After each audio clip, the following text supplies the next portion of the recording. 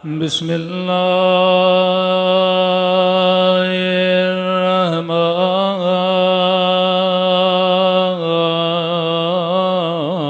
الرحمن الرحيم الحمد لله رب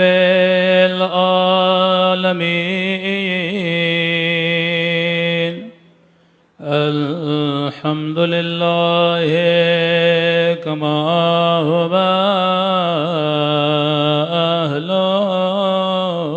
أهله الصلاة والسلام على سيد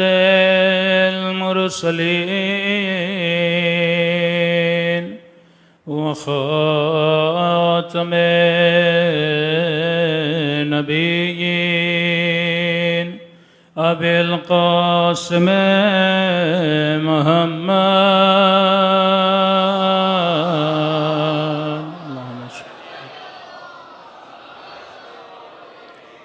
وعلى آله الطيبين الطاهرين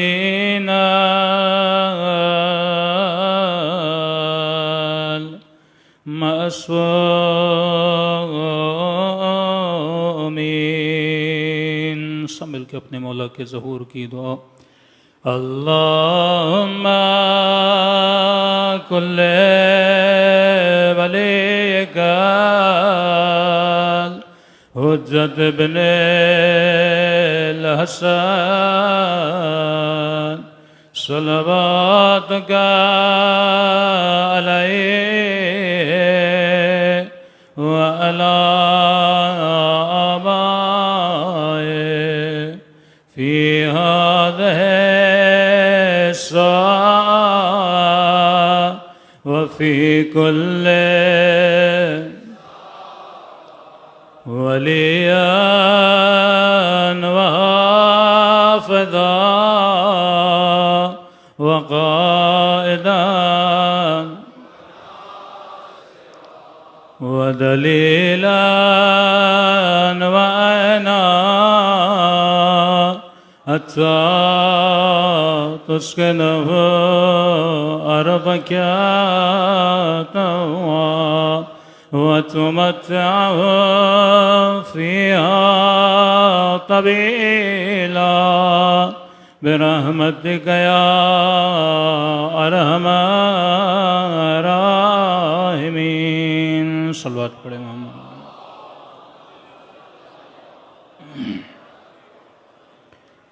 بسم اللہ الرحمن الرحیم رب اشرح لی صدری ویسر لی امری واحلل عقدۃ من لسانی یفقهوا قولی اما بعد فقد قال سبحانہ وتعالی فی محکم کتابہ یا ایہا الذین آمنوا کونوا مع الصادقین صلوات پڑھیں محمد وعلی محمد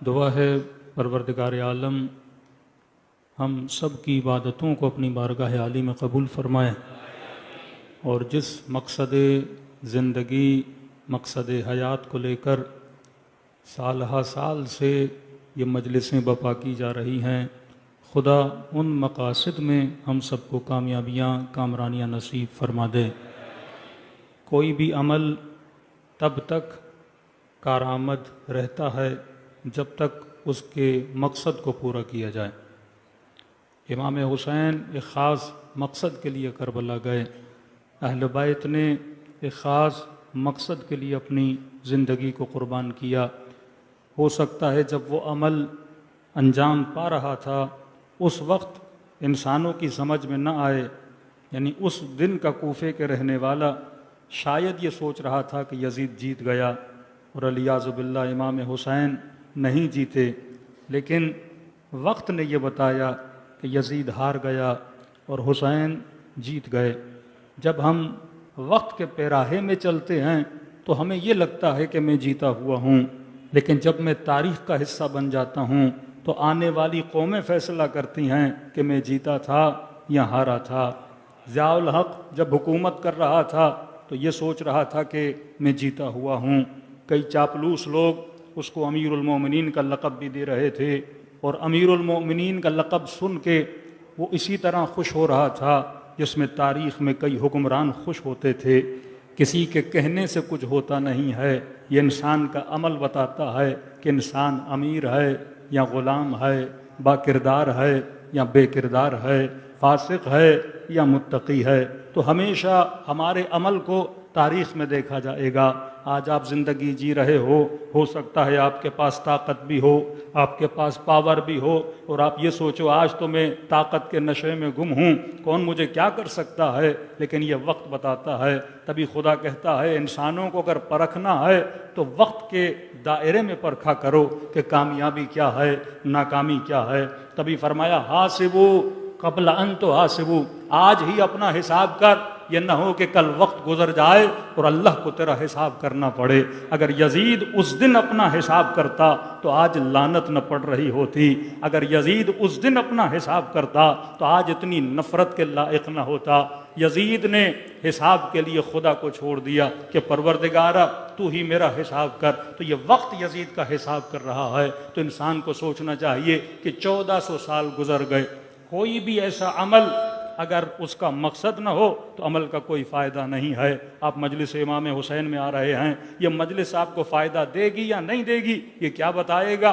وقت بتائے گا. اگر مجلس آنے والے وقتوں میں میری زندگی میں اثر چھوڑتی ہے تو مجلس کا فائدہ ہے. اگر میری آنے والی زندگی میں کوئی اثر نہیں چھوڑ رہی تو لہٰذا یہ صرف وقت کا گزرنا ہے. اس مجلس سے مجھے کچھ مل نہیں رہا. صلوات پڑھے محمد و آل محمد پر.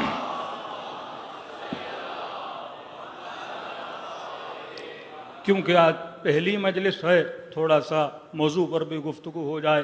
عادتاً ہر سال تقریباً کراچی میں 2 موضوعات پہ میں مجالس پڑھتا ہوں. مقصد یہ کہ 2 موضوع کا انتخاب کیا جاتا ہے. یہاں کیونکہ ٹائم کی قلت ہوتی ہے تو موضوع اس حساب سے ہوتا ہے. اور جو آخری ہماری مجلس ہوتی ہے وہ IRC امام بارگاہ میں عاشا منزل پہ ہوتی ہے، کیونکہ وہاں ٹائم انلمیٹڈ ہوتا ہے. تقریباً 12:45 اور 1 بجے مجلس شروع ہو جاتی ہے. تو وہاں ذرا فکری موضوع ہوتا ہے، ایک قوم کو ایک جہت دکھانے والا موضوع ہوتا ہے. تو یہاں جس موضوع پہ تقریر کی جائے گی وہ یہ ہے کہ معاشرے کی تربیت کردار حسین اور کردار اصحاب حسین کے آئینے میں. اور وہاں پر جس موضوع کا ہم نے انتخاب کیا ہے تھوڑا سینسٹیو ہے لیکن قوموں کی بیداری کے لیے بہترین موضوع ہے. وہ ہے کہ اہل بیت علیہ الصلوۃ والسلام نے جو سیکرٹ نیٹ ورک بنایا تشیع کا، کہ آپ سوچیں کہ شیعہ کہ دنیا کی کوئی ایسی حکومت نہیں بنی، بنو امیہ، بنو عباس، پھر عثمانیہ، پھر مختلف حکومتیں جہاں جہاں بھی آئیں، سب کا ارادہ یہ تھا کہ کائنات میں ایک بھی شیعہ باقی نہ رہے. جس طرح سے تشیع کو قل و قمع کیا گیا، یعنی بچے مارے گئے، بوڑھے مارے گئے، ان کو شہر بدر کر دیا گیا، لیکن اہل بیت نے کون سا ایسا نیٹ ورک بنایا کہ آپ دیکھیں کربلا میں امام حسین کو گھوڑوں کے سموں کے نیچے روندا جاتا ہے، اس قدر ظلم کیا جاتا ہے. پھر بیچ میں ایک امام ہے امام زین العابدین، اس امام اور چھٹے امام کے درمیان زیادہ فاصلہ نہیں ہے. ایسا کون سا انقلاب امام زین العابدین نے لایا کہ ایک ایسا زمانہ آ جاتا ہے کہ جس بھی مسجد میں جاؤ تو قال صادق قال باقر، جہاں بھی جاؤ تو علم کی محفلیں ہیں، جہاں بھی جاؤ تو ذکر اہل بیت ہے. یعنی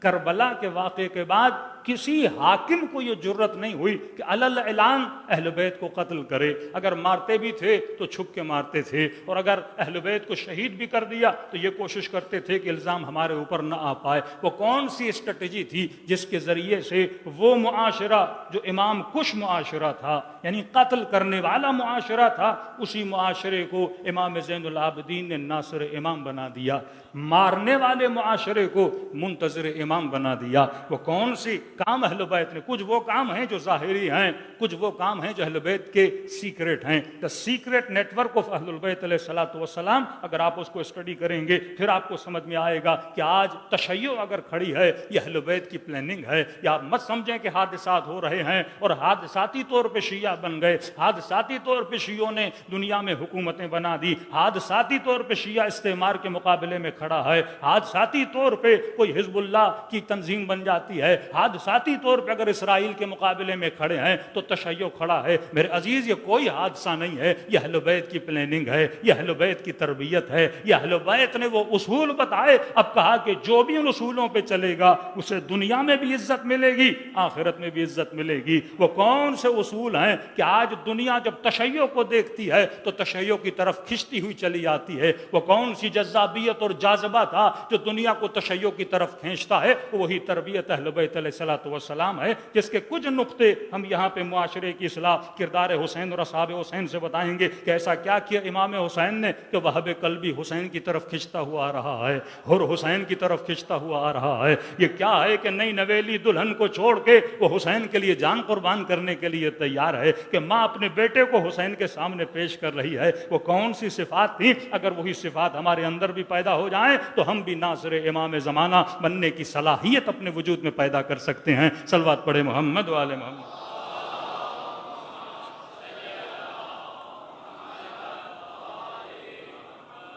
بارہ دیگر صلوات پڑھے محمد وآل محمد۔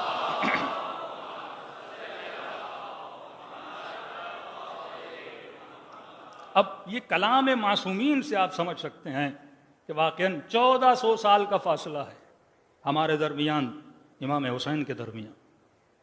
اب اس 1400 سال کے بعد آج کے زمانے میں اگر میں امام زمانہ یا امام حسین کی مدد کرنا چاہتا ہوں تو کیسے مدد کروں؟ واقعاً میں امام حسین کے لیے کیا کر سکتا ہوں؟ ایسا کون سا کام ہے جو انجام دوں اور امام حسین خوش ہو جائیں؟ پہلے تو یہ یاد رکھیں کہ محرم انسان کی فطرت کو بیدار کرنے کا مہینہ ہے، اور فطرت کی بیداری کی نشانی یہ ہے کہ انسان کی آنکھوں میں غم حسین کے آنسو آ جاتے ہیں۔ جب فطرت مردہ ہو جاتی ہے تو انسان کی آنکھ سے آنسو نہیں نکلتے، خود آنسوؤں کا نکلنا یہ فطرت کی بیداری کی نشانی ہے کہ ایک انسان پہ ظلم ہو رہا ہے، آپ دیکھیں اور آپ کو دکھ نہ ہو تو اس کا مطلب یہ ہے کہ میرا دل کیا ہو چکا ہے؟ مردہ ہو چکا ہے۔ آج دنیا میں اینیمل رائٹس پہ بات ہو رہی ہے کہ بھائی حیوانوں کے قوانین اور حیوانوں کے رائٹس اور حیوانوں پہ ظلم ہو رہا ہے، اس پہ بات کی جائے، لیکن رسول خدا کے جانے کے بعد اینیمل تو دور، ایک ایسی امت جو اپنے نبی کے نواسے کو قتل کرنے پہ تلی ہے۔ یہ مسلمان کو سوچنا چاہیے۔ واللہ اگر یہ محرم نہ ہوتا تو عالم اہل سنت میں شاید ہی کوئی ہوتا جسے پتا ہوتا کہ کوئی حسین تھے، کوئی کربلا تھی۔ وہ معاشرے جو وہابی معاشرے ہیں، آپ چلے جائیے، یہ سوشل میڈیا کا زمانہ ہے، ہاتھ میں مائک لیجئے اور اس معاشرے میں پوچھئے چند لوگوں سے کہ نبی کے نواسے کتنے تھے۔ آج آپ ملیشیا چلے جائیے، صرف 4 خلفاء کے نام مسلمانوں کو یاد ہیں، بس اس کے علاوہ اور اصحاب کے بھی نام نہیں پتا۔ اس کے علاوہ آپ پوچھو گے کسی ملیشین مسلمان سے، کسی سعودی عرب میں رہنے والے مسلمان سے، یو اے ای میں رہنے والے مسلمان سے کہ نبی کی بیٹی کا نام کیا تھا، نبی کے نواسوں کا نام کیا تھا، کوئی اویئرنیس نہیں ہے۔ اسلام صرف اتنا کہ ہم نے صرف خلفاء کے نام یاد رکھنے ہیں، اس کے بعد نماز پڑھنی ہے مسجد میں، اور اس کے بعد میں جانوں، میری زندگی جانے، میرا کام جانے۔ یہ اویئرنیس کہ آپ کا چھوٹے سے چھوٹے بچے کو بھی پتا ہے کہ چادر کسا کے نیچے پنجتن کے نام کیا ہیں، آپ کی نسلوں کو پتا ہے، صرف نام نہیں، ان کے بچوں کے نام کیا تھے، وہ شہید کیسے ہوئے، نبی نے اپنی اولاد سے محبت کرنے کا طریقہ ہمیں کیسے سکھایا۔ کم از کم مجلس میں آنے والے شیعہ کو اتنے اصحاب کے نام پتا ہیں جو مجلسوں میں نہیں آتے ان کو نہیں پتا۔ یہ اور بات ہے کہ ہمارے اوپر ایک الزام لگا کہ شیعہ صحابہ کو نہیں مانتے، تو کیا سلمان صحابی نہیں؟ کیا عمار صحابی نہیں؟ کیا جناب رسول کے ساتھ بیٹھنے والے جناب بلال صحابی نہیں؟ کیا نبی کے کاندھوں پہ بیٹھنے والے حسن و حسین صحابی نہیں؟ کیا علی ابن ابی طالب صحابی نہیں؟ کیا مالک ابن نویرہ صحابی نہیں؟ مارنے والے تو تمہیں یاد ہیں، مرنے والے تمہیں یاد نہیں رہتے۔ ہاں؟ کیا ابا ذر غفاری کسی کو یاد نہیں؟ کیا یہ صحابی رسول نہیں؟ موضوعات کا انتخاب اس لیے کیا کیونکہ پاکستان کا جو سیاسی ماحول چل رہا ہے یہ بڑا زبردست ہے آپ لوگوں کے لیے، کیونکہ اس وقت نفاق کا ماحول ہے کہ میری مرضی جسے چاہا اچھا بنا دیا، میری مرضی جسے چاہا برا بنا دیا۔ جہاں پہ میں آ جاتی ہے وہاں پہ پھر دین نہیں رہتا. دین اللہ کی مرضی کا نام ہے. اگر ہم تاریخ کو قرآن کے آئینے میں پرکھیں گے پھر ہمیں پتا چلے گا کہ حق کیا ہے باطل کیا ہے. امام کے پاس شخص آیا, کہا کہ مولا, چھٹے امام جعفر صادق علیہ الصلوۃ والسلام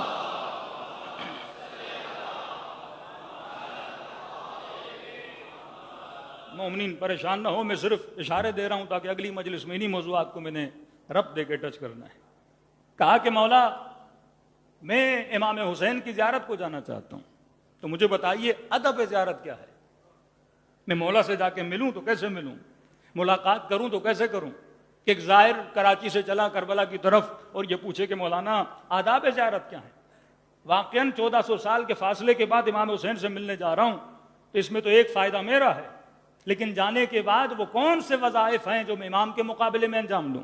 جس امام نے اتنی قربانی دی, جس امام نے خون دیا, جس امام نے اپنے بچے قربان کیے, اور جس امام کو میں ولی اللہ مانتا ہوں, اس کی زیارت کو جا رہا ہوں تو کیا کروں؟ تو امام نے کچھ اعمال بتائے اور امام نے کچھ عمل بتایا.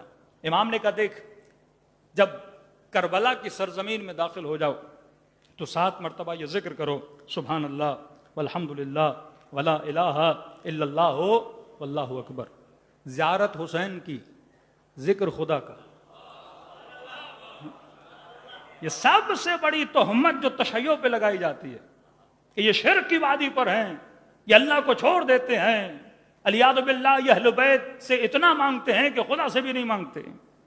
لیکن جب آپ سیرے معصومین کو دیکھتے ہو, وہ سارے اعتراض اور سیرے نے دور کر دیے ہیں. یہ اور بات ہے کہ عوام اگر ان کو فالو نہیں کر رہی, اس میں تشیع کا قصور نہیں ہے. وہ عوامی بندے آپ کو سنیوں میں ملیں گے, عوامی بندے ہر فرقے میں ملیں گے. ہمارا تعلق اس عوام کے طبقے سے نہیں ہے, ہمارا تعلق فکر اہل بیت علیہ الصلوۃ والسلام سے.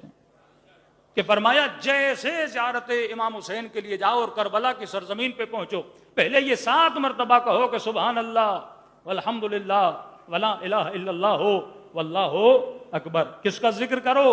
خدا کا ذکر کرو. اس کے بعد 7 مرتبہ کہو لبیک یا داعی اللہ. ایک نعرہ ہمارے ہاں بہت مشہور ہے, لیکن وہ نعرہ روایی نعرہ نہیں ہے کہ لبیک یا حسین عراقی مارتے ہیں, یہ ہماری مجلسوں میں لگتا ہے. جو نعرہ چھٹے امام نے بتایا ہے کہ ہر مومن کو لگانا چاہیے, وہ یہ ہے کہ لبیک یا داعی اللہ, کہ پہلے 7 مرتبہ ذکر خدا کرو, پھر 7 مرتبہ یہ کہو کہ لبیک, مطلب مولا میں آپ کی آواز پہ آواز دے رہا ہوں, لیکن کس لقب سے امام کو بلا رہے ہو؟ لبیک یا داعی اللہ, اے وہ جس نے اللہ کی آواز پہ لبیک کہا.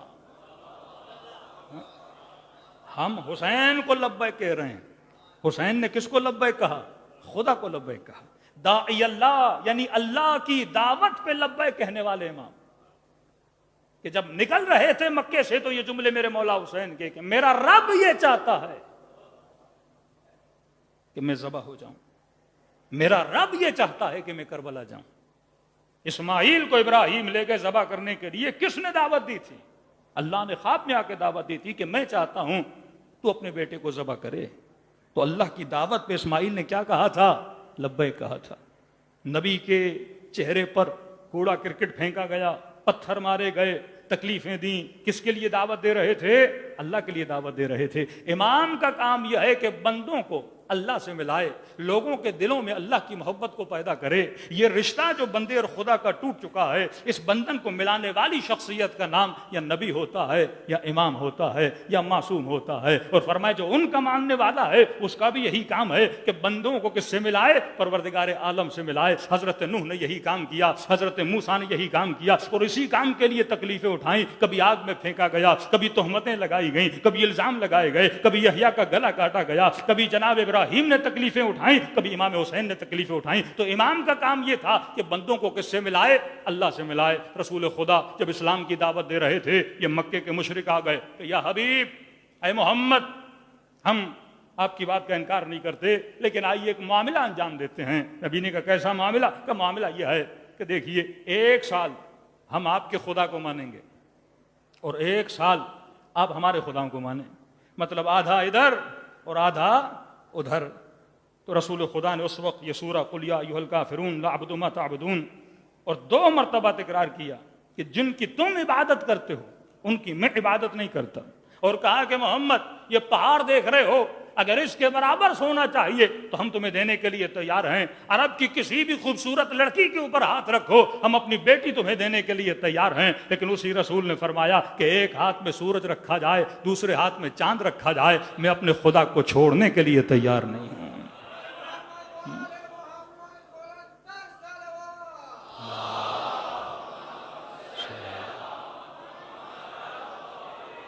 کیونکہ رسول خدا داعی اللہ ہے، اللہ کی طرف دعوت دینے والے ہیں، کوئی چیز ایکسیپٹ نہیں کرتے سوائے پروردگار عالم کے، اور انہی رسول کا نواسا حسین ابن علی۔ لالچ دی جا رہی ہے، جو حکومت چاہیے دینے کے لیے تیار ہیں، مال چاہیے دینے کے لیے تیار ہیں۔ تو آپ کو کربلا میں دو طرح کے لوگ نظر آتے ہیں نا، ایک وہ جو رے کی حکومت کے دانے پہ بکے، ایک وہ جو ابن زیاد کے سونے اور درہم پہ بکے، کچھ وہ جو ابن زیاد کی دھمکیوں پہ بکے، لیکن کچھ وہ تھے کربلا میں جنہوں نے سب کچھ لٹایا لیکن دنیا کے سامنے بکے نہیں، جنہوں نے اگر کسی کی دربار میں خود کو بیچنے کے لیے رکھا تو وہ دربار پروردگار عالم تھی۔ علی نے شب ہجرت بستر پہ خود کو بیچا، حسین نے کربلا کی زمین پر رب کی مرضیوں کے لیے خود کو دے دیا۔ تو یہ کردار تھا۔ فرمایا یہ کیا ہے؟ داعی اللہ ہیں۔ اب اگلے جملے معصوم کے، اس میں 5 پوائنٹ معصوم بتاتے ہیں، بہت زیادہ فاصلہ ہے ہمارے درمیان اور امام حسین کے درمیان۔ یہ جملہ ہر بندہ کہتا ہے اور معصومین نے کہنے کے لیے بولا ہے، لیکن اس کا جواب یہاں پہ آتا ہے کہ یا لیتنا کنا معکم فافوز معکم فوزا عظیما۔ مولا اے کاش میں کربلا میں ہوتا، میں بھی کامیاب ہو جاتا۔ اے کاش میں کربلا میں ہوتا تو پہلے اپنے بازو کٹواتا۔ اے کاش میں کربلا میں ہوتا، پہلے یہ تیر اپنے بدن پہ لیتا۔ اے کاش میں کربلا میں ہوتا۔ اور جس کو ثابت کرنے کے لیے مومن کی قربانیاں اس زمانے میں دیتا ہے، تو یہی جملہ معصوم فرماتے ہیں کہ ہر بندہ کہتا ہے اے کاش میں کربلا میں ہوتا تو یہ کرتا، اے کاش میں کربلا میں ہوتا تو یہ کرتا۔ اب سوال یہ پیدا ہوتا ہے، میں تو کربلا میں نہیں تھا لیکن آج تو یہاں پہ موجود ہوں، تو آج حسین ابن علی کے لیے کیا کر سکتا ہوں؟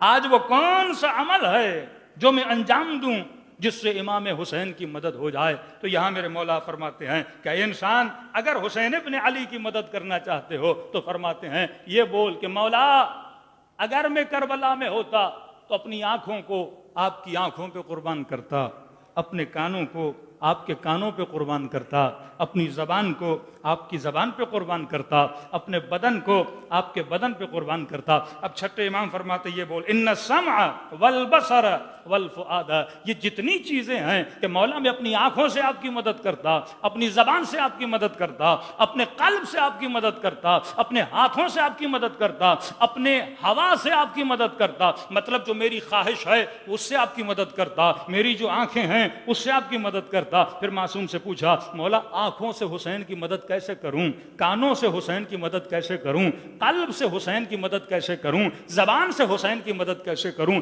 فرمایا قلب سے حسین کی مدد ایسے کرو کہ قلب میں غیر حسین کو آنے نہ دو، اس قلب میں نجاستوں کو داخل ہونے نہ دو، اس قلب میں حرص و نفرت و بغض نہ آنے دو۔ جب یہ قلب پاک ہوگا تو قلب کس کی مدد کر رہا ہے؟ حسین ابن علی کی مدد کر رہا ہے۔ کہ مولا آنکھوں سے مدد کیسے کروں؟ فرمایا آنکھوں کو نجاست میں مبتلا نہ کرو، کیونکہ آنکھیں نجس ہو گئیں تو یہ حسین کی مدد نہیں کر سکتی۔ اب ہر بندہ کربلا جاتا ہے اور یہی دعائیہ جملے امام حسین کو کہتا ہے کہ مولا جب آپ استغاثہ کر رہے تھے، ہے کوئی میری مدد کرنے والا؟ مولا اس وقت میں مدد نہ کر سکا، لیکن آج اپنی آنکھوں سے مدد کرنے کے لیے تیار ہوں، آج اپنے ہاتھوں سے مدد کرنے کے لیے تیار ہوں، آج اپنے بدن سے مدد کرنے کے لیے تیار ہوں۔ تو آج کیسے مدد کروں امام حسین کی؟ تو میرے چھٹے امام فرماتے ہیں، فرمایا آنکھوں سے گناہ نہ کر کے حسین کی مدد کرو، زبان سے جھوٹ نہ بول کے حسین کی مدد کرو۔ یہ غیبتوں کی محفلیں، یہ تہمتوں کی محفلیں، ان محفلوں میں جاؤ گے تو یہ زبان سے تو حسین کی مدد نہیں کر رہا،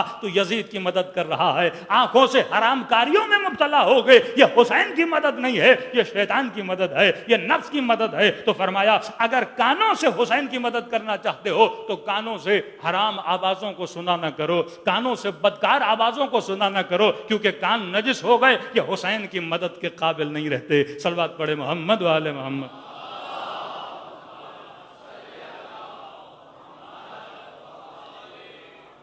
میرے امام کے پاس ایک شخص آیا اور کہنے لگا کہ مولا میرے ہمسائے میں ایک مومن ہے جس کے گھر میں موسیقی ہوتی ہے مولا، میں سنتا تو نہیں لیکن مولا میں کیا کروں کہ جب واش روم جاتا ہوں تو میرے واش روم کی جو دیوار ہے وہ اس کے گھر کے اسی حصے سے لگتی ہے جہاں پہ موسیقی کی محفل ہوتی ہے۔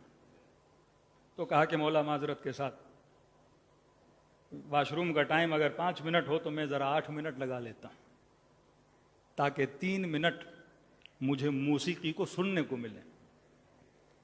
سنتا نہیں مولا، لیکن مولا اسی بہانے 3-4 منٹ لگ جاتے ہیں۔ تو یہ بتائیے اللہ کا حکم کیا ہے؟ تو امام نے قرآن کی آیت پڑھی، اے مومن ان السمع والبصر والفؤاد، یہ جتنے بھی تمہاری چیزیں ہیں تم ان کے لیے مسئول ہو۔ قرآن کی آیت ہے، اللہ پوچھے گا کہ تم نے کانوں کو کہاں استعمال کیا، اللہ پوچھے گا کہ تم نے زبان کو کہاں استعمال کیا۔ یہی مسئولیت، یہی رسپانسبلٹی اگر جوانوں کے اندر آ جائے کہ اگر میں کانوں کی حفاظت کروں گا، زبان کی حفاظت کروں گا، آنکھوں کی حفاظت کروں گا، یہی امام زمانہ کی مدد ہے، یہی امام حسین کی مدد ہے۔ مدد کا مطلب یہ نہیں کہ ہم انتظار کریں کہ امام زمانہ آئیں گے اور کسی لشکر میں جا کے ہم نے جہاد میں شرکت کرنی ہے اور 4 بندوں کو وہاں سے جہنم کرنا ہے تو یہ ہماری مدد ہے۔ بھائی وہ جب ظہور ہوگا تو دیکھا جائے گا۔ سوال یہ ہے کہ آج میں امام حسین کی مدد کیسے کروں؟ آج بھی امام حسین آواز دے رہے ہیں، حل من ناصر ینصرنا، ہے کوئی میری مدد کرنے والا؟ حل من مغیث یغیثنا، ہے کوئی ہماری آواز پہ آواز دینے والا، ہماری فریاد پہ فریاد کرنے والا؟ تو معصوم فرماتے ہیں اگر مدد کرنا چاہتے ہو تو اس طرح مدد کرو، اپنی زبان کے ذریعے سے، اپنے کانوں کے ذریعے سے، اپنی آنکھوں کے ذریعے سے۔ پھر آخری جملہ فرمایا وہ ہوائی، اپنی ہوا کے ذریعے سے۔ فرماتے ہیں کہ حضرت عباس علمدار، قاضی عباس کے کچھ اشعار ہیں عربی کے، فرماتے جب نہر فرات کے کنارے گئے اور حضرت عباس نے اپنا ہاتھ جو ہے وہ پانی میں ڈالا تو ظاہر ہے انسان کے وجود کی کچھ خواہشیں ہوتی ہیں، آپ خواہش سے بدن کو روک تو نہیں سکتے۔ آپ نے روزہ رکھا ہے، آپ کو پتا ہے کہ افطاری کب ہوگی، مغرب کی اذان کے بعد افطاری ہے، لیکن دن کے بیچ میں جب پیاس لگتی ہے تو خواہش پیدا ہوتی ہے پانی پینے کی۔ پھر آپ اپنی خواہش کو بولتے ہو کہ میں روزے کی حالت میں ہوں، ابھی پانی نہیں پی سکتا، حرام ہے، پانی کب پیوں گا؟ مغرب کی جب اذان آئے گی تب پیوں گا۔ فرماتے جب غازی عباس نے پانی میں ہاتھ ڈالا تو نفس نے چاہا کہ پانی پیے، تو اشعار غازی عباس کی، یا نفس کونی ہونی، اے نفس تمہارا دل تو ہے کہ پانی پیو، لیکن میں کیسے پانی پیوں کہ جب میرا حسین پیاسا ہے؟ فرمان نہ میرا یقین اس کی اجازت دیتا ہے، نہ میرا دین اس کی اجازت دیتا ہے کہ میرا امام پیاسا ہو اور اس شدت پیاس کی وجہ سے وہ اللہ کی طرف جانے والا ہے اور میں ٹھنڈا پانی پیوں۔ فرمان نفس نہ میرا دین اس کی اجازت دیتا ہے، اے نفس نہ میرا یقین اس کی اجازت دیتا ہے کہ میں کیا کروں، پانی پیوں۔ اپنی خواہش کو روک کر اپنے امام کی مدد کرنا۔ جب آپ ماہ مبارک رمضان میں خواہشوں کو روکتے ہو، آپ کس کی مدد کرتے ہو؟ پروردگار عالم کی مدد کرتے ہو۔ تبھی کسی نے امیر المومنین سے پوچھا کہ مولا آپ سلمان سے اتنی محبت کیوں کرتے ہیں؟ اصحاب تو اور بھی ہیں، لیکن یہ عشق، یہ ولولہ، یہ محبت کا اظہار جناب سلمان کے لیے کیوں؟ امام فرماتے سلمان کے اندر 3 ایسی عادتیں ہیں جن کی وجہ سے سلمان علی کو بہت اچھا لگتا ہے۔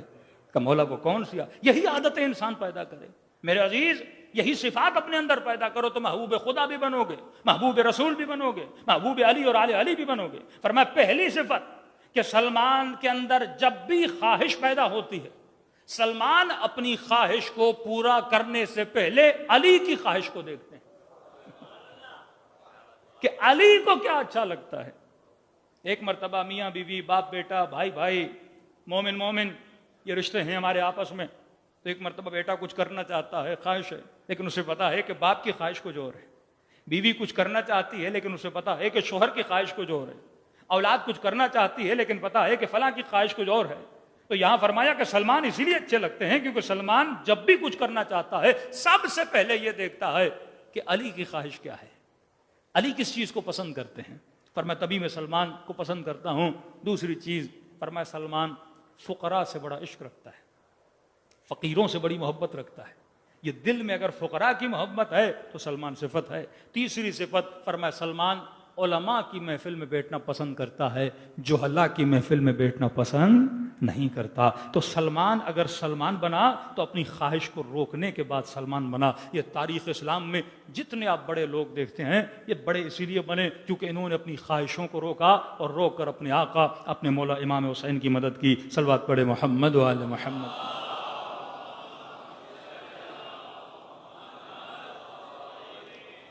مقدس اردبیلی تاریخ اسلام میں ہے کہ یہ آپ ماہ محرم، ماہ مبارک، ماہ گریہ، ماہ قبولیت دعا، اسلام میں مکان کی بھی بڑی اہمیت ہے اور اسلام میں زمان کی بھی بڑی اہمیت ہے۔ کبھی سوچا کہ محرم کا چاند نظر آتے ہی دل غمگین کیوں ہو جاتے ہیں؟ بھئی شہادت امام حسین تو 10 کو ہے نا، پہلی محرم سے ہم کالے کپڑے کیوں پہنتے ہیں؟ پہلی محرم سے ہم غم کیوں مناتے ہیں؟ ہونا تو یہ چاہیے کہ 10 سے شروع ہو اور پھر ہم آگے بڑھیں، لیکن نہیں، یہاں چاند دکھا، یہاں فرش عذاب بچھ گیا، غم شروع ہو گیا۔ ایک ریزن علماء فرماتے ہیں یہ ہے کیونکہ جیسے محرم کا چاند نظر آتا ہے تو دل امام زمانہ غمگین ہو جاتا ہے، اور کیونکہ ہم سب اہل ولایت ہیں، ہم سب کا دل امام زمانہ سے جڑا ہوا ہے، تو جو اثر امام کے دل پہ ہوتا ہے وہ اثر ہمارے دل پر بھی ہو جاتا ہے۔ یہ آپ نے محسوس کیا ہوگا جب شب جمعہ آتی ہے یا عصر جمعہ آتی ہے تو کئی مومنین نے کہا مولانا ہم تھوڑے غمگین ہو جاتے ہیں۔ وہ وقت بھی وہ ہوتا ہے، فرماتے اس وقت میں امام زمانہ کا دل کیا ہوتا ہے؟ غمگین ہوتا ہے۔ بہت بڑے عالم دین تھے، فرماتے میں نے پروردگار عالم سے عرض کی کہ خدایا، پڑھتے ہیں ہم روایات میں، دعاؤں میں کہ جب مصیبت امام حسین کا ذکر ہوتا ہے تو زمین و آسمان امام حسین پہ گریہ کرتے ہیں۔ کہتے ہیں میں نے صرف اتنا چاہا کہ پروردگارہ مجھے دکھا دے کہ زمین و آسمان کیسے روتے ہیں۔ کہتے ہیں اللہ نے پردہ ہٹایا، میں نے پورے عالم کو حسین پہ روتا ہوا دیکھا، لیکن وہ منظر ایسا تھا کہ میں برداشت نہ کر سکا۔ تو اسلام میں وقت اور اسلام میں دن، زمان اور مکان، خاص وقت میں دعا کرو قبول ہوتی ہے، خاص مکان پہ دعا کرو قبول ہوتی ہے۔ فرمایا تحت قبۃ الحسین، امام حسین کی زری کے نیچے جو بندہ دعا کرتا ہے، کہتے ہیں وہ دعا بہت جلد کیا ہو جاتی ہے؟ قبول ہو جاتی ہے۔ سیدہ نے پوچھا کہ بابا وہ کون سا وقت ہے کہ دعا کروں اور دعا جلدی قبول ہو؟ یہ سیدہ ہیں، فاطمہ الزہرا ہیں، یہ ہمیں بتا رہی ہیں۔ نبی نے فرمایا بیٹی جب سورج غروب ہونے کو آتا ہے یہ وقت وہ ہے جو قبولیت دعا کا وقت ہے۔ اور روایت میں ملتا ہے کہ بی بی اپنے کنیز کو بھیجتی تھی چھت پہ جا اور جا کر دیکھ، جب سورج ڈھلنے لگے تو مجھے بتانا۔ اور کہتے جیسے کنیز کہتی تھی کہ بی بی اب سورج اس افق سے نیچے جا رہا ہے تو سیدہ مصلی بچھاتی تھیں اور دعا کرتی تھیں۔ کیوں کہا کہ وقت سحر دعا قبول ہوتی ہے۔ برملا بولا کہ لیلۃ القدر خیر من الف شہر، اس ایک رات میں ایسا کیا ہے کہ 1000 مہینوں سے افضل۔ 1000 مہینے تقریباً 80 سال بنتے ہیں، مطلب ایک رات ایک بندے کی پوری زندگی سے افضل ہے۔ اور یہ بھی نہیں کہا کہ برابر، خیر من الف شہر، 80 سال کی زندگی سے بہتر ہے یہ ایک رات۔ اس ایک رات میں تقدیریں آتی ہیں، اس ایک رات میں ملائک آتے ہیں۔ اسی طرح یوم عرفہ دن ہے، خاص اہمیت ہے۔ فرمایا کئی حجوں، 60-70 حجوں کے برابر ہے جو عرفہ کا دن امام حسین کی کربلا میں گزارتا ہے، یا زیارت امام حسین عرفہ کے دن پڑھی جاتی ہے، اتنا ثواب ہے۔ تو جس وقت میں ابھی آپ جی رہے ہو یہ محرم کا وقت ہے، یہ ایام خاص ہیں۔ آپ دوسرے دنوں میں آپ کے دل میں اتنا انقلاب نہیں آ سکتا جتنا محرم میں آتا ہے۔ دوسرے دنوں میں مجلسیں اتنی با اثر نہیں ہوتی جتنی ایام محرم میں ہوتی ہیں، کیونکہ یہ وقت کیا ہے؟ خاص وقت ہے۔ فرمایا ان دنوں میں ڈیلی امام حسین کی زیارت پڑھنے کا ثواب بہت زیادہ ہے۔ عام دنوں کی زیارت کہاں اور ایام محرم کی زیارت کہاں؟ دوسرے دنوں میں گریہ کرنے کا اجر اور ہے اور ماہ مبارک محرم میں گریہ کرنے کا اجر اور ہے۔ ان مہینوں میں جتنے آنسو بڑھیں گے اتنا انسان کا اجر بڑھے گا۔ بہت بڑے عالم دین تھے، کہتے تھے دیکھو توبہ کے آنسو اور ذکر حسین کے آنسو میں ایک فرق ہے۔ توبہ کے آنسو ایسے ہیں کہ جیسے آپ کے کپڑے میلے ہو جائیں اور آپ پانی میں دھو تو ان کپڑوں پہ جو نجاست ہوگی وہ کیا ہو جائے گی؟ دور ہو جائے گی۔ یہ توبہ کے آنسو ہیں کہ جب بندہ توبہ کے آنسو بہاتا ہے جو گناہوں کی نجاست ہے ان کپڑوں سے اور وجود سے کیا ہو جاتی ہے؟ جھڑ جاتی ہے۔ لیکن کہتے ہیں دیکھو کبھی کبھی کپڑوں پہ ایسے داغ لگ جاتے ہیں، چائے پی اس کا داغ لگ گیا، شربت پیا، کوئی فروٹ کھایا اس کا داغ لگ گیا، کپڑے دھوئے وہ چیز تو چلی گئی پر داغ نہیں جاتا۔ کہ ان داغوں کو توبہ کے آنسو نہیں مٹاتے، حسین کا گریہ مٹا دیتا ہے۔ یہ گریہ اس وجود پہ جو لگے ہوئے داغ ہیں وہ بھی مٹا دیتا ہے۔ حر کے وجود پہ بہت بڑا داغ لگا، حسین کو روکنے کا داغ۔ کہیں آپ کو نہیں ملتا کہ کسی نے لشکر امام سے حر کو ٹوکا ہو۔ ہمارے ہاں جو ٹوکنے کی عادت ہے کہ پتا چلا کہ ایک بندہ نمازی نہیں ہے، پوری زندگی نیو رضویہ کی مسجد میں نہیں آیا، اور 10 نمازی بیٹھے تھے، اچانک اس بندے میں بدلاؤ آیا اور اس نے کہا کہ آج کے بعد میں مسجد میں نماز پڑھوں گا۔ یہاں جناب نماز پڑھنے آئے اور ہر نمازی مڑ مڑ کر دیکھنے لگا جیسے وہ نیا نمازی ہے، اور وہ شرم کے مارے پھر مسجد میں آنا چھوڑ دیتا ہے۔ پوری زندگی کسی نے حج نہیں کیا، رشوتیں لی، حرام کاریاں کی، اب جناب کی نیت میں آیا کہ بھائی اب نیک بنتے ہیں، جا کے حج کر لیتے ہیں۔ تو پورا معاشرہ کہتا ہے جوانی میں تو گناہ کیے، بڑھاپے میں جناب بڑے دیندار بن گئے ہیں، یا اردو کا جو محاورہ ہے کہ 1000 چوہے کھانے کے بعد بلی چلی ہے حج کرنے کے لیے، تو بندہ اپنے حج کو بھی چھوڑ دیتا ہے۔ قطعاً آپ کو لشکر امام حسین میں یہ صفت نظر نہیں آتی کہ کسی ایک نے بولا ہو کہ حر تو نے راستہ روکا تھا، حر تیری وجہ سے ہم پیاسے ہیں۔ اتنا کچھ کرنے کے بعد پھر حسین کے لشکر میں آئے ہو۔ فرماتے ہیں جب شامل ہوا لشکر حسین میں، جو لشکری تھے انہوں نے حر اور حبیب میں کوئی فرق نہیں دکھایا۔ یہ نہیں کہا کہ تو نیا ہے حبیب پرانا ہے۔ یہاں نئے اور پرانے کا کوئی مطلب نہیں ہے، یہاں جو بھی آتا ہے اسے حسین پرانا ہی سمجھتے ہیں۔ فرمایا یہ ویلکم کرنا کہ اگر کوئی انسان خطا کو چھوڑ رہا ہے اسے اس طرح سے کیا کیا جائے، ویلکم کیا جائے۔ تو غم حسین کا آنسو وجود سے جو داغ لگے ہوئے ہیں ان داغوں کو کیا کرتا ہے، مٹا دیتا ہے۔ یہ حدیث جناب عائشہ سے منقول ہے۔ فرماتے رسول حسین ابن علی کو سینے پہ بٹھا کر اتنا پیار کر رہے تھے کہ کہتی میں نے محسوس کیا کہ اس نواسے سے رسول خدا کا کوئی خاص لگاؤ ہے، اور فرمایا یا رسول اللہ میں دیکھ رہی ہوں آپ اس نواسے کو بڑا پیار کر رہے ہیں۔ نبی نے فرمایا یہ وہ میرا نواسا ہے جس پر میری امت ظلم کریں گے، اور کہا کہ عائشہ جو میرے اس نواسے کی زیارت کو جائے گا میں اپنے مقبول حج کا ثواب ایک زیارت کے بدلے میں اسے عطا کروں گا۔ میرا ایک مقبول حج۔ عائشہ نے کہا رسول اللہ ایک حج کا 2 حج کا 2 حج کا 6 حج۔ روایت کہتے یہاں تک نبی نے فرمایا میرے 99 مقبول حجوں کا ثواب ملے گا جو حسین کی زیارت کو جائے گا۔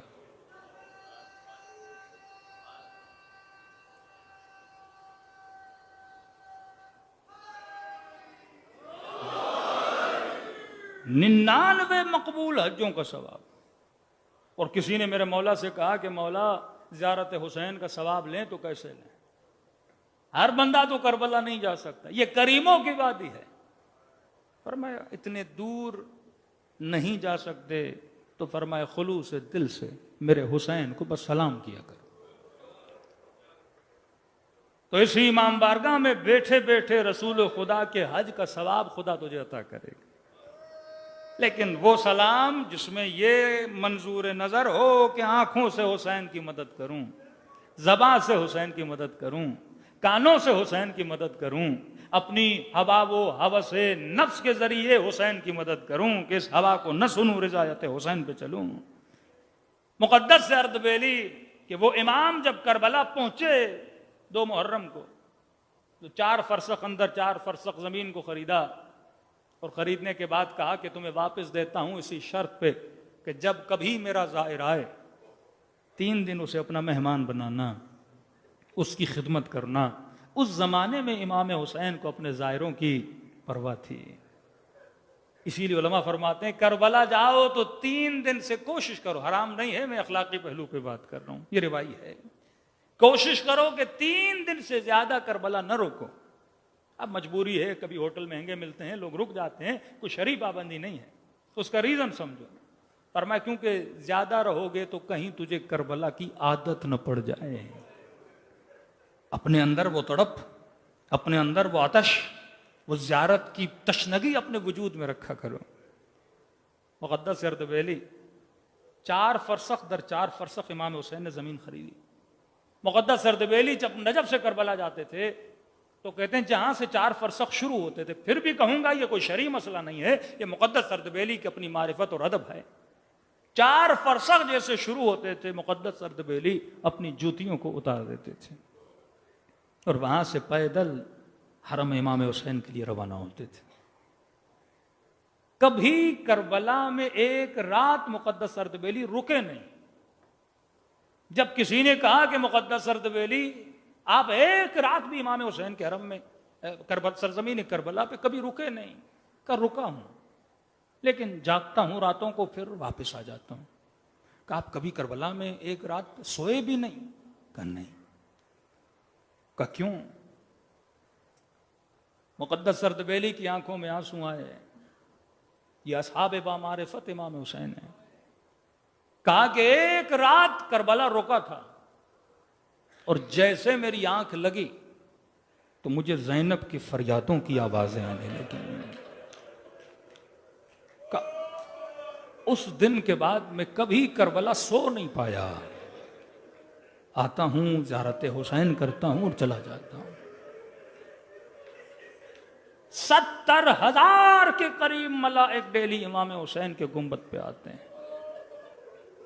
یہ تو ہمارا کھلا چیلنج اور دعوت ہے کہ کبھی کربلا جا کے دیکھو، گنبد حسین کے نیچے بیٹھ کے دیکھو، وہ سکون اللہ تجھے عطا کرے گا جو دنیا کے کسی محل میں انسان کو نہیں ملتا۔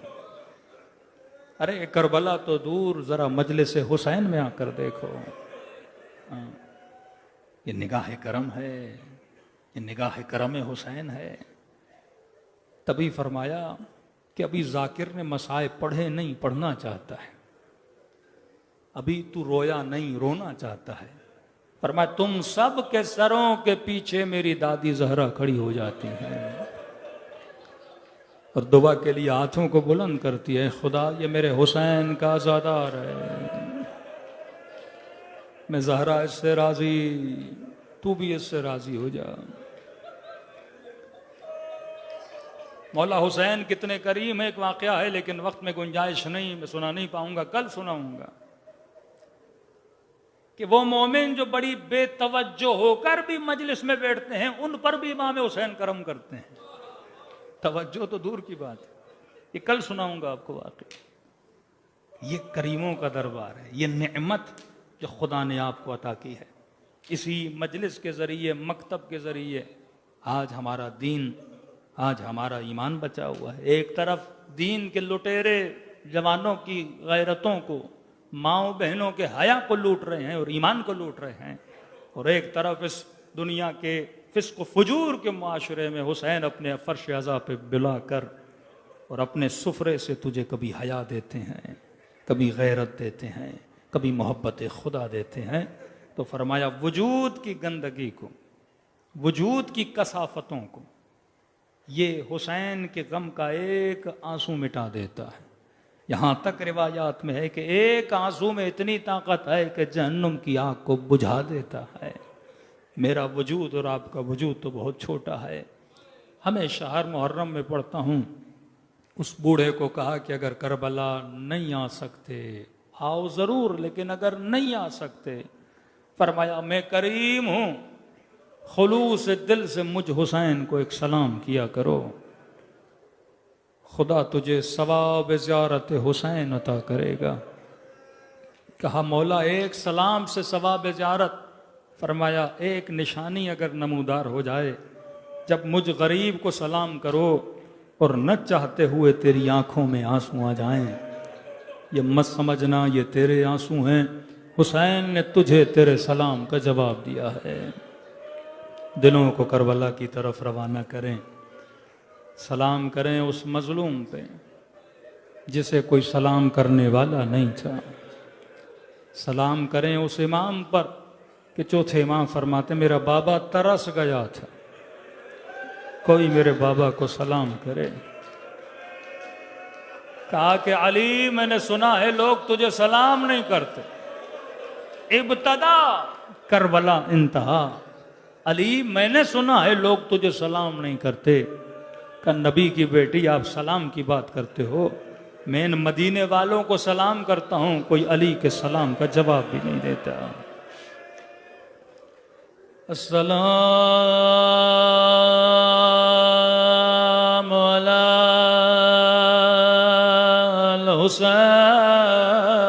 الحسين وعلى علي ابن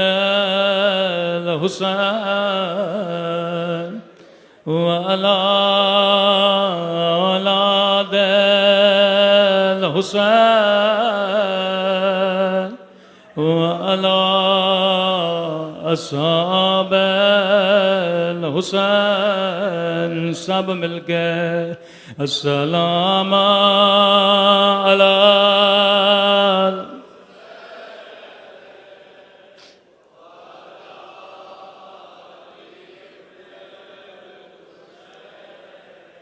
وعلى أولاد الحسين وعلى أصحاب حسین کی صدا بلند ہو السلام علی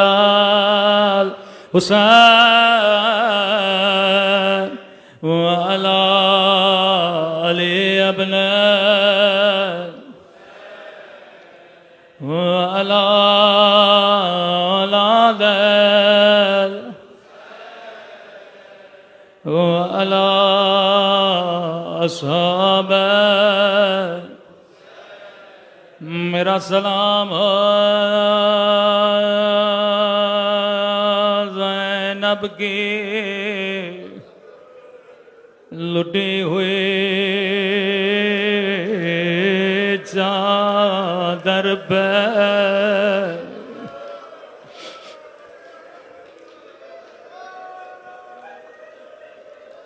آج ذکر کلی کروں گا کہ کیسی کیسی مصیبتیں آئی میرا سلام ہو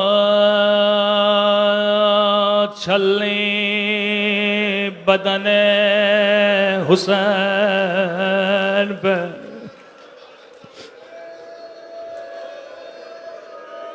آج ہر مومن کا دل دکھی ہے سوچو ایسا کیوں ہے فرمایا کیونکہ نماز عصر کے بعد خدا مجھے میرے حسین کا خون بھرا گردہ دکھاتا ہے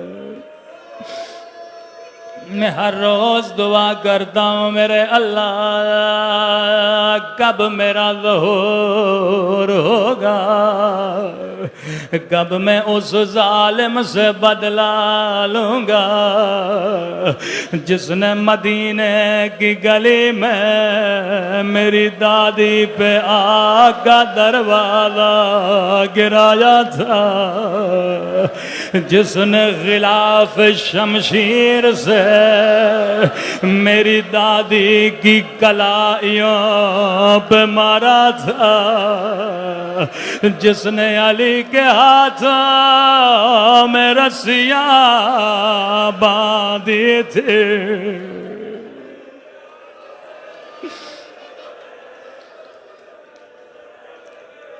بے ادبی کی ابتدا مدینے میں ہوئے انتہا کربلا میں ہوئے میں جملے ہر سال پڑھتا ہوں واللہ خدا کی قسم اگر مدینے میں در کو آگ نہ لگائے جاتے کبھی کربلا میں خیمے نہ جلائے جاتے اگر مدینے میں پسلیاں نہ توڑی جاتے کبھی کربلا میں قاسم کے دائیں طرف کی پسلیاں بائیں طرف نہ جاتے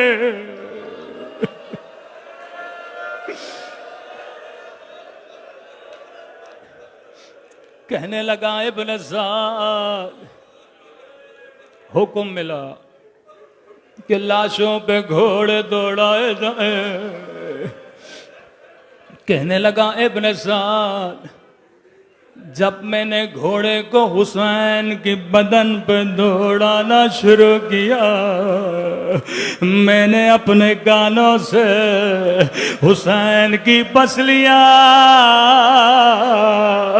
ٹوٹنے کی آواز سنے تھے۔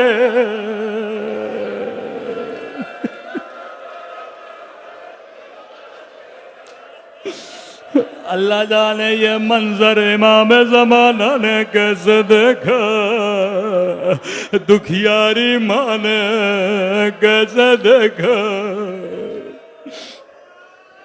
اگر مدینے میں آگ نہ لگتے، کربلا میں کبھی خیمے نہ جلائے جاتے، اگر مدینے میں پسلیاں نہ توڑی جاتی، کربلا میں کبھی پسلیاں نہ ٹوٹتے، اگر مدینے میں علی کے ہاتھوں میں رسیاں نہ باندھی جاتے، کبھی کوفے کی بازار میں زینب کے ہاتھوں میں رسیاں نہ ہوتی، اگر مدینے میں نبی کی بیٹی کو دربار میں نہ بلایا جاتا، کبھی شرابی کے دربار میں زینب کا کھلا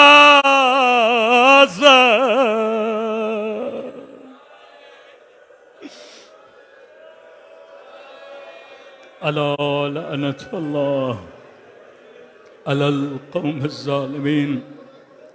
پروردگار تجھے اہل بیت کے گھرانے کا واسطہ اس قلیل عبادت کو اپنی بارگاہ میں قبول فرما، ہمارے مرحومین کے درجات کو بلند فرما، ہر طرح کے صغیرہ کبیرہ گناہوں کو معاف فرما۔ اس مہینے میں ان ایام میں مومنین کے جان، مال، ناموس اور عزت کی حفاظت فرما۔ ربنا تقبل منا انک انت السمیع الدعاء۔